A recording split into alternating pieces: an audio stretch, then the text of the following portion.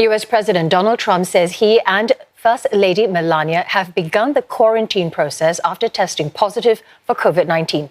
The president's physician says he expects Mr. Trump to continue carrying out his duties without disruption while recovering at the White House. But the announcement has raised fears of the virus spreading through the highest levels of US government. Mr. Trump's positive test came after one of his closest aides, Hope Hicks, was confirmed to have the coronavirus. She was with him on Air Force One when he traveled to the presidential debate in Cleveland, then to a rally in Minnesota the next day. The president is tested regularly for COVID-19, but he has kept up a rigorous travel schedule, holding rallies with thousands of people in the run-up to the November 3rd election.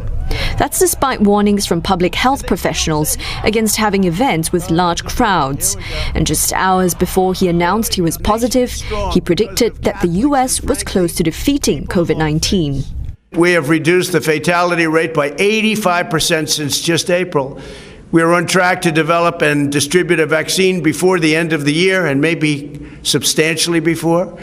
And I just want to say that the end of the pandemic is in sight, and next year will be one of the greatest years in the history of our country. Mr. Trump has drawn sharp criticism for spending much of the year downplaying the threat of the virus, which has now killed over 200,000 Americans. And Simon Marks joins us live now. Simon, Americans waking up now to this news. What's been the reaction in Washington?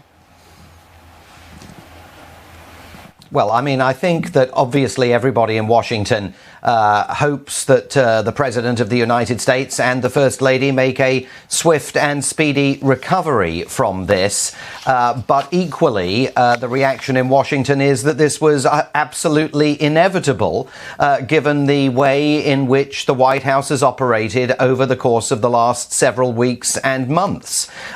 We now know that the President and the First Lady contracted COVID-19 as a result of having interacted with Hope Hicks, the President's communications advisor. They travelled together to Minnesota for a largely maskless rally just a couple of days ago on Air Force One. Very few COVID-safe protocols have been implemented aboard Air Force One.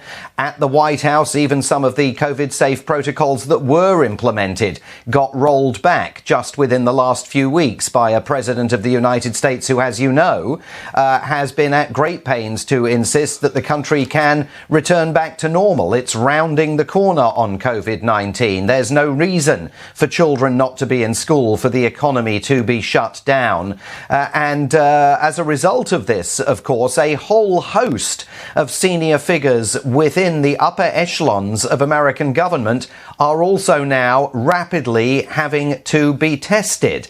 Vice President Mike Pence, who has also been in the immediate orbit, of course, of the President, the First Lady, and Hope Hicks. All of those people that were present at the White House last Saturday when President Trump introduced his nominee for the Supreme Court and her family, Judge Amy Barrett Coney, to the press and to the world.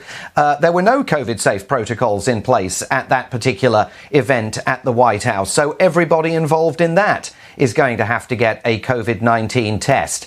And of course, Glenda, this raises massive questions about what happens now on America's election campaign. I mean, the president will not be able to attend rallies.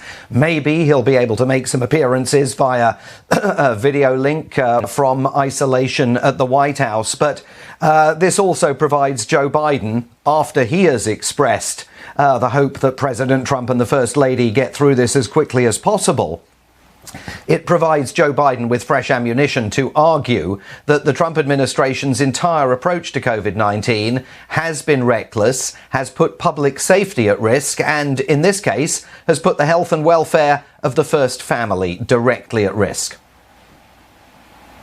Well, so we'll come to the campaign run into the election just in a moment. But firstly, just to help clear up something, social media has been rife with the conspiracy theory that the president is sort of faking this. What's your take?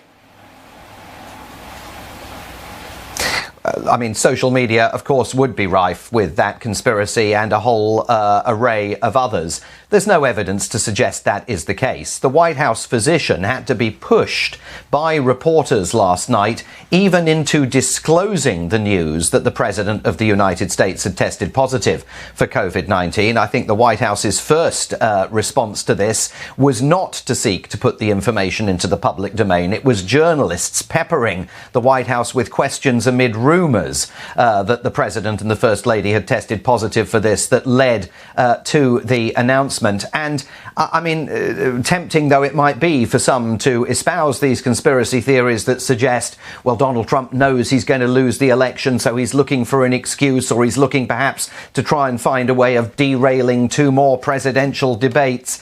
I mean, the reality is we have, all of us, watched a White House that has not introduced basic COVID-safe protocols, and a president who at times has derided his opponent Joe Biden and the Biden campaign for having done precisely that. He's derided Joe Biden for wearing a mask, for holding socially distanced press conferences and rallies where very, very few people will be physically present. I mean, one has to ask, by the way, whether all of those people who were in the audience for the first presidential debate on Tuesday night will now be getting a COVID-19 test, given that there must have been some exposure risk to them. So, I mean, yes, of course, social media being social media will be aflame with conspiracy theories, but the reality may just be much simpler than that. A president of the United States who has on numerous occasions refused to wear a mask, has insisted that COVID-19 would simply go away like a miracle, was initially a hoax, then